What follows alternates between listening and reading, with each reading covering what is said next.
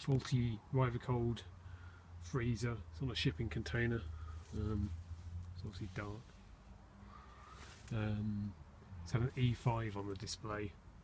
We've turned that off and turned it back on again, and it's fired up, and the condenser fan's not really turning very quickly. So we're going to get the cover off and have a look at that. I think the E5 fault is after so many high pressure switch trips. I think that's what that is, although I'm guessing a bit.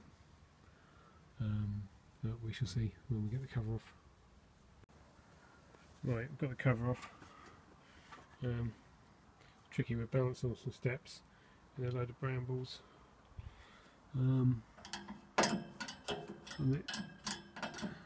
They've got a cover on the top so you can't get into it. That seems to spin so far.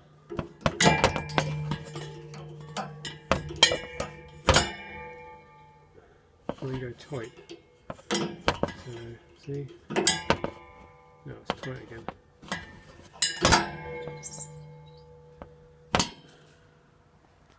So I wonder if it's got bad bearings in it. I don't know how old this is.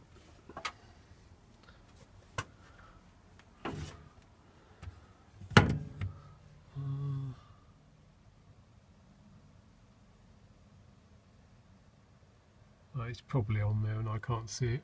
I stare at them for an hour before I spot things. Don't know.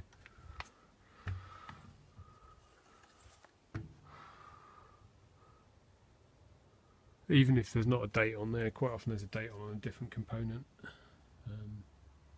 But yeah, it's a few years old.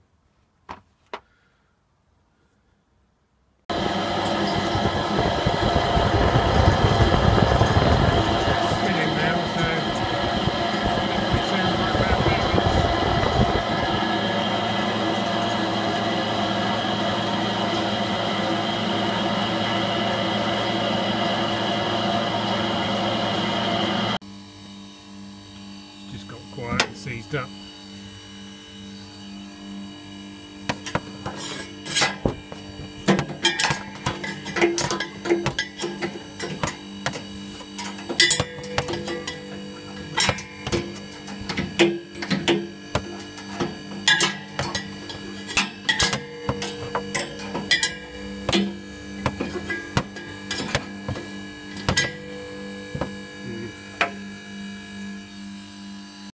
Right, we've got the motor. I had to take the whole plate off because these aren't captive nuts.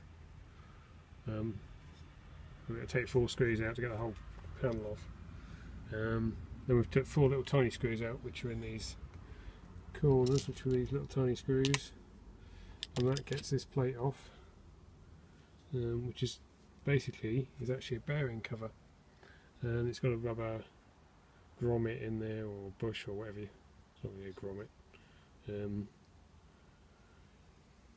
So it's silicon, and that basically the ball bearing on the end of the motor locates in that. But that is, I can't even turn that by hand. It's seized up solid. It's hot. But these are the external rotor motors, so the windings are in the centre and don't turn, and the outside of the motor turns. The other bearing sounds pretty bad as well, but I think this bottom one is the main one. That is actually absolutely solid. So if we can get some oil in there,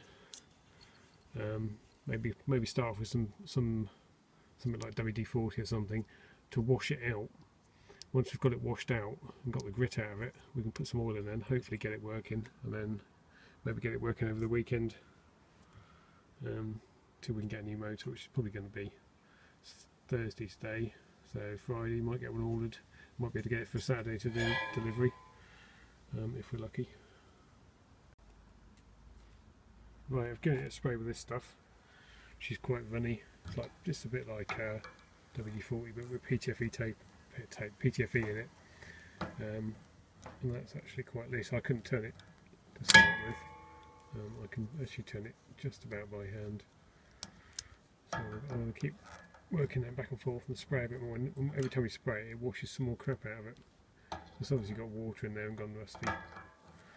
If we can get it to spin, then we'll put some whatever I've done with it, zoom spout oil in there.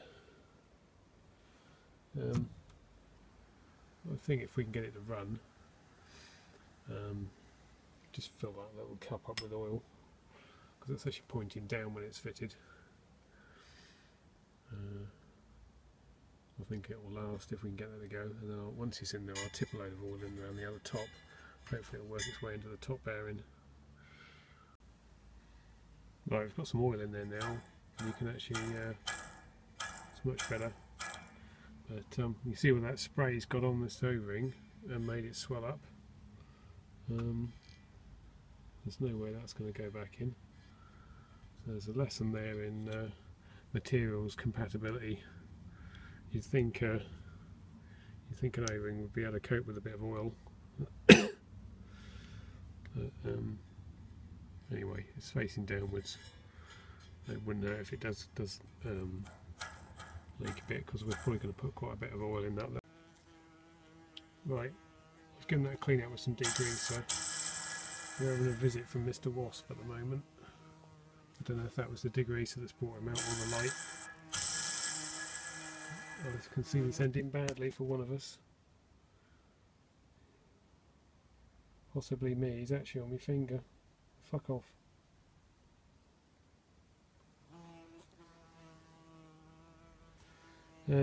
Anyway, I decided oil might be a bit too runny, so I've got this grease I'm going to try.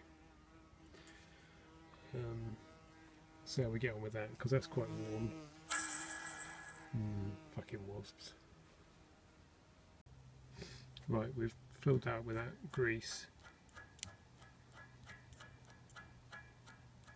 So we're going to put it back together and keep our fingers crossed. Still sounds a bit raw, but we'll see how we get on with it. Right, it's a moment of truth.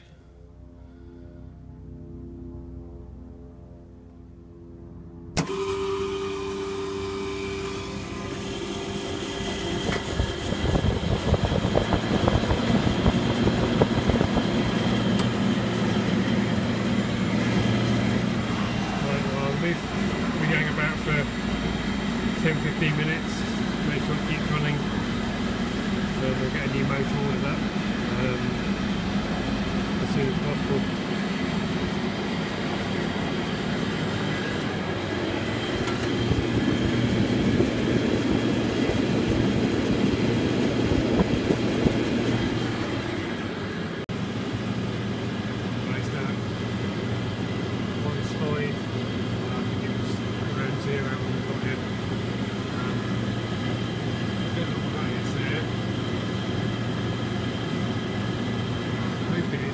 Blackberries out there, otherwise something's died.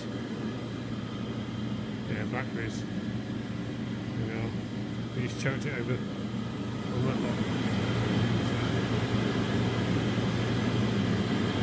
I think it's the evaporator fan cycling on and off. It's why the temperature's moving about a bit. It's on a temperature sensor in the evaporator. When the evaporator is too warm,